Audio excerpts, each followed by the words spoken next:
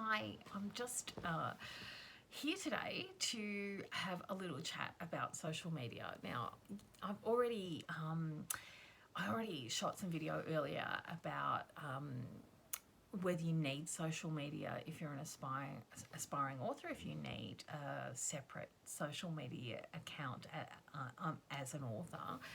So this is not so much about that. What I'm going to talk about here is more a personal account of my feelings about social media and how it affects me.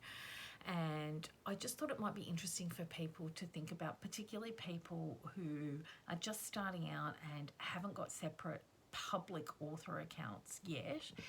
I just want to talk about my experiences and some of the things that I've gone through, which have sort of informed the decisions that I've made around social media, and some of the regrets I've had and some of the boundaries I've put in place, just that kind of thing. And I'm not saying that this will be right for you, because we're all individuals and we all have different levels of comfort around being in public. And so this might be your experience might be completely different to mine, but I just wanted to be honest with you and share my experiences, because I thought it might help some of you who are feeling a little bit uncomfortable about whether you want to put yourself out there or not, and how much of yourself you want to show on social media. So I just thought if I talk about the decisions I've made and the way I've made those decisions, it might help you, to make your own your own informed decisions. I'm tripping over my words here. I'm trying to be careful what I say, and I don't really know why, because I guess I feel a bit embarrassed about this, because I'm on social media telling you that I don't really love social media, and that's not even 100% true, because there are many things about social media that I absolutely adore.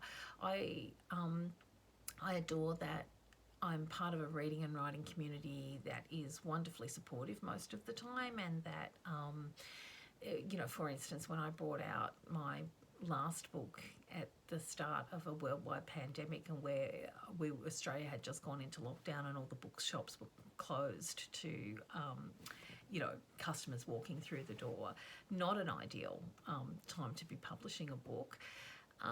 So many people who I'd never met but who I knew through the internet got behind me and helped to put the book out there, to get the word about the book out there. And so social media can be a beautiful thing. We've seen so many instances where money has been raised through social media, and great things have been achieved in terms of social justice through the great use of social media. So I'm definitely not poo-pooing it. And as an author, social media, if you are a published author, if you do become published, social media will be part of your life. So I guess this is about a way of making peace with that. This is my way of making peace with that, and making social media your friend, rather than, as it has been to me at times, a noose around your neck. So I guess I want to talk a little bit about public and private information, I guess, and what we put out there. I am extroverted, and I'm an oversharer in person. So if I meet you, I'm likely to tell you stuff about me that's probably best kept to myself. But if I meet you and we have a connection, I love that feeling of, when you click with somebody else, and that feeling of trust, that being vulnerable with someone else can, and that, when there's shared vulnerability, that can elevate a friendship really quickly. It can accelerate the friendship, I guess. And I love that when that happens. But it's really hard on social media to know, when you haven't met people, and when you're sometimes sort of talking out into the ether almost. You're talking to actual people, but you're not in the room with the people. You can't see them and see their facial expressions. You're not getting their body language. And so sometimes I think I feel like I'm a very extroverted person, but on social media, I feel the need to guard my privacy. I really value privacy, and I think that privacy is something that is becoming less and less valued in our modern society, which is probably making me hang on to mine even tighter. Anyway, I'm going to tell you some stuff about myself which has sort of fed into that. One particular anecdote that I want to tell you about when I was a child, and it's kind of informed a little bit about my social media policy regarding my family. So I'll just tell you that, and then we can move on from there. So when I was a child, my dad was he was a surf lifesaver, and our family would traipse up and down the coast every weekend in summer going to different surf carnivals. And my mum had a friend called Shirley who was also part of the ladies auxiliary at the surf lifesaving carnivals that we went to. It felt like every weekend. It probably wasn't every weekend. It was probably once a month. But Mum would meet up with Shirley, and they would have a great old time, having their luncheon and having, I don't know, perhaps a couple of wines and talking about their kids. And I became known to Shirley. So Shirley would greet me when she would see me as, oh, here comes How Embarrassing. And that was because every time she saw me with my mum would start to tell her a story. My mum would start to say, oh, I will say hello to Shirley and tell Shirley about, how you got a good mark in maths. And I'd say, Mum, how embarrassing. Stop it. So I remember that feeling of intense embarrassment when my mother would talk about me to other people, to her friends, even in, that was just one other person. And I felt it so intensely that my nickname became How Embarrassing. Actually, I saw that lady at my mum's funeral many years later, and I hadn't seen her in years and years, and she still greeted me as How Embarrassing.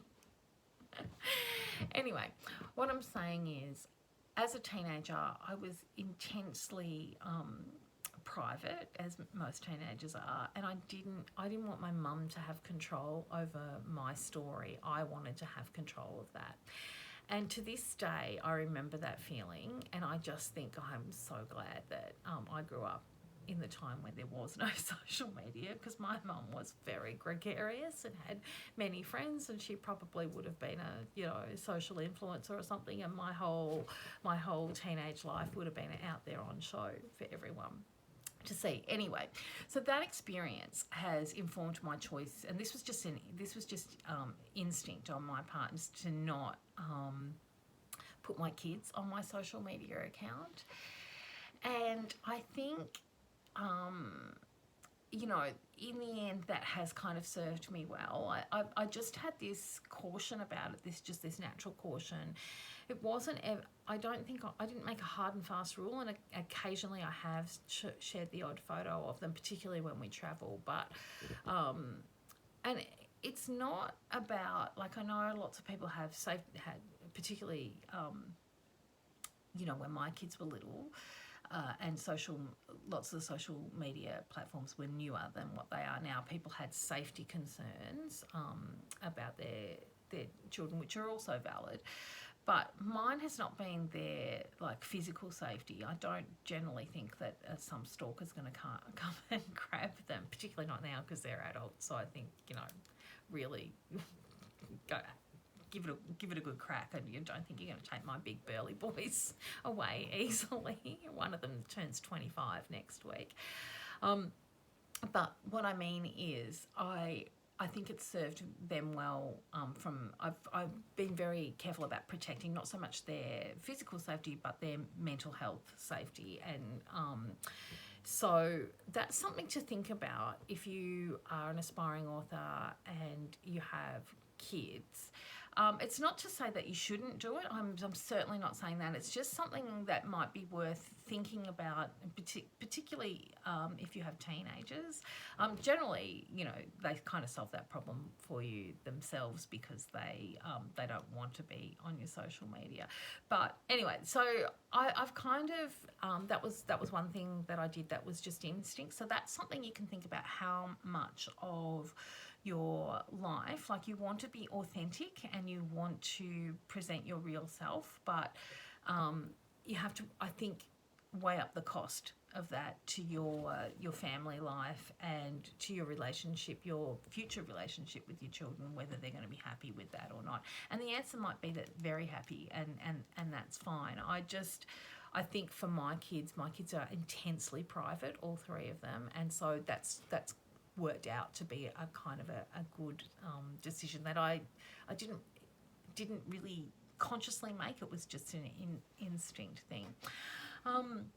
Another issue that I want to talk about is my own mental health and the use of social media. And I think for me, like I said, there's been many great things, but one of the negative things about social media for me has been an increasing sense of anxiety and even at one point depression that was not entirely caused by social media, but certainly exacerbated by it.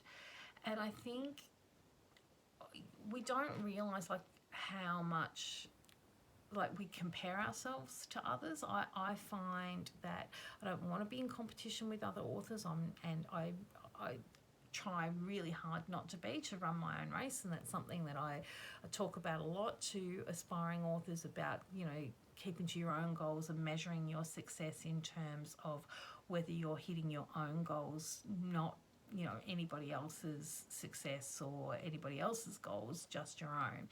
Nevertheless, it can be really easy. You're assaulted on social media by other people's content, and it can be very easy to feel that you're being left behind, that you're not as good, not as successful. For me, it's not generally about the writing. But I start to feel like I can't compete, that I shouldn't be on social media because not young enough, not thin enough, not pretty enough, not rich enough, I'm just not in the sort of crew. And I think that there's a big, particularly on Instagram, aspirational aspect to the medium that can make people feel quite ostracised, and I certainly have felt that at times, not right now, but over the times of, over the last few years, as I've sort of begrudgingly come over a bit to Instagram, because I'm not really a visual person. I'm much more comfortable writing than I am being seen or taking photos. I'm not particularly good at taking photos, and I'm not particularly fantastic in front of the camera. So I find Instagram challenging, and I actually don't find it that super interesting myself, which is part of the challenge. I'm sitting here recording a 15-minute video, but which some people will watch, hopefully. But I don't generally watch videos on Instagram. I don't know why. I do. There's depends on what it is, I guess. But I'm probably way more likely to read something long, a long post on Facebook that's written more even as an article. I guess that's changing, because the more I'm on Instagram myself, the more I watch other people's content. But what I'm saying is, I'm not drawn to visual content as a person. I know that's probably odd. I know most people probably are more drawn to the visual than the written, but I personally am not. And so, I find Instagram very noisy and scary at times, and it has often made me feel, or I've felt, I guess Instagram can't make me feel anything, but I have felt very not cool enough for Instagram.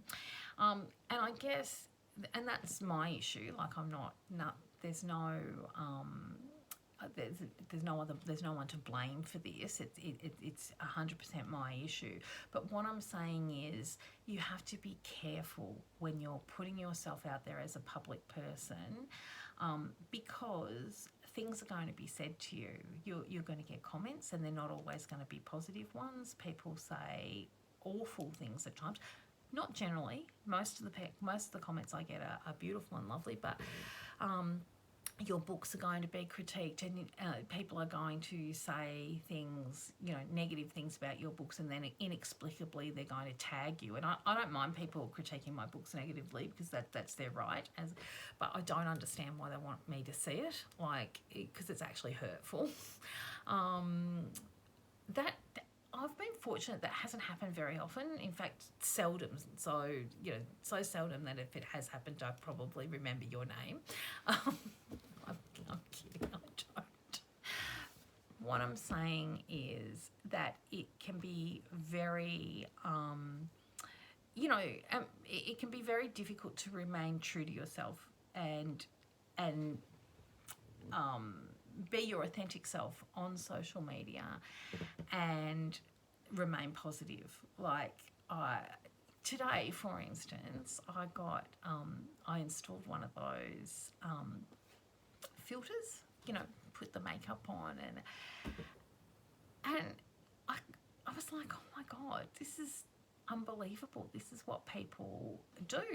People apply filters, and so half of what we're seeing, half of what we're comparing ourselves to isn't actually even real, and yet we're allowing ourselves to feel less than because of that. Anyway, nearly 17 minutes. All of this big blurt has just been to say that if you are an aspiring author and you're going to get an author account, just have a long, hard think about how much of your real self you want to allow out there. And I don't mean be fake. I think it's really important to be yourself, but how much of yourself you want to share with people.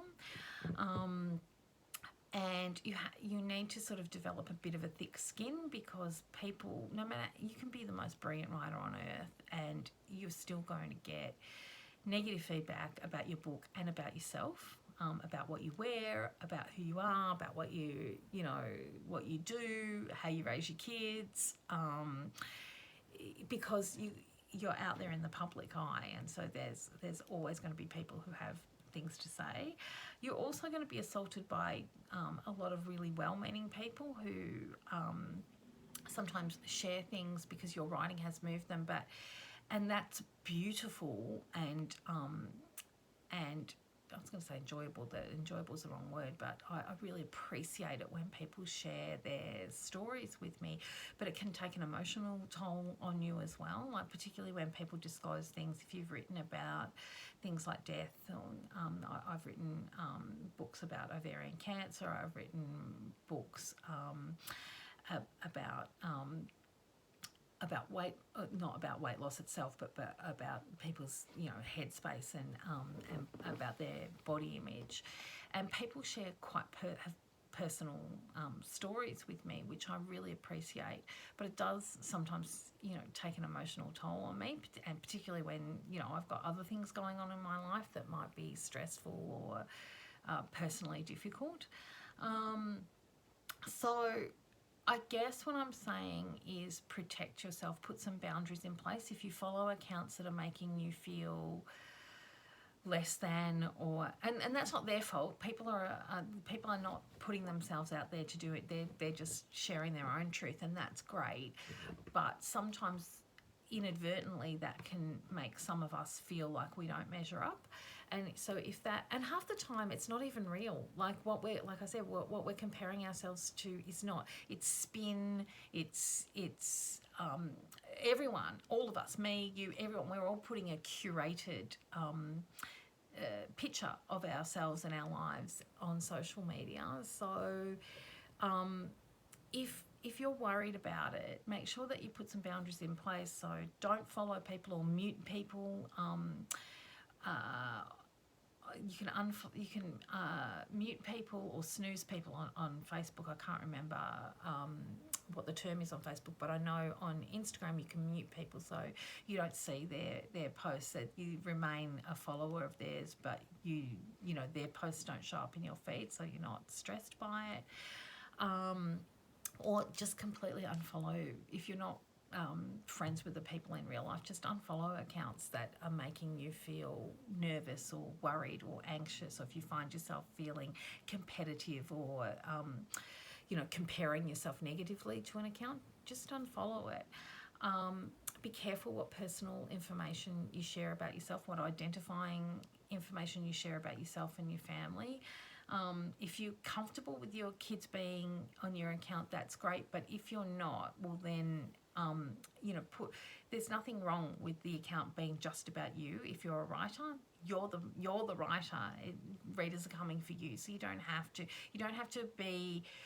I guess what I'm saying is, don't feel obligated because that's what other people do, that you need to do it too. Find your own space, and I guess that's 20 minutes of me blathering on, but that's the conclusion that I've come to, is I've found my own way to be on social media and be my own self, and not I'm trying to let go of that pressure of to be like anyone else, because like I said, it's not always true. I've had people, I've incredulously seen people actually say things that are actually completely untrue, that I know to be untrue, and then have, their followers being really excited by this news, and I'll be like, that's not even a real thing. So I guess you have to be true to yourself and be happy with yourself at the end of the day, and feel safe in yourself. And there's nothing wrong with taking a break. I stepped away for a while earlier this year when I was writing, and I had got to the point where I felt quite anxious and almost depressed. Well, not almost, I'm going to be honest, I had quite bad depression in the middle of this year. And like I said, I think earlier, that it wasn't caused by social media, but it was exacerbated quite a lot by social media. So if you find yourself feeling like that, it's okay to step away.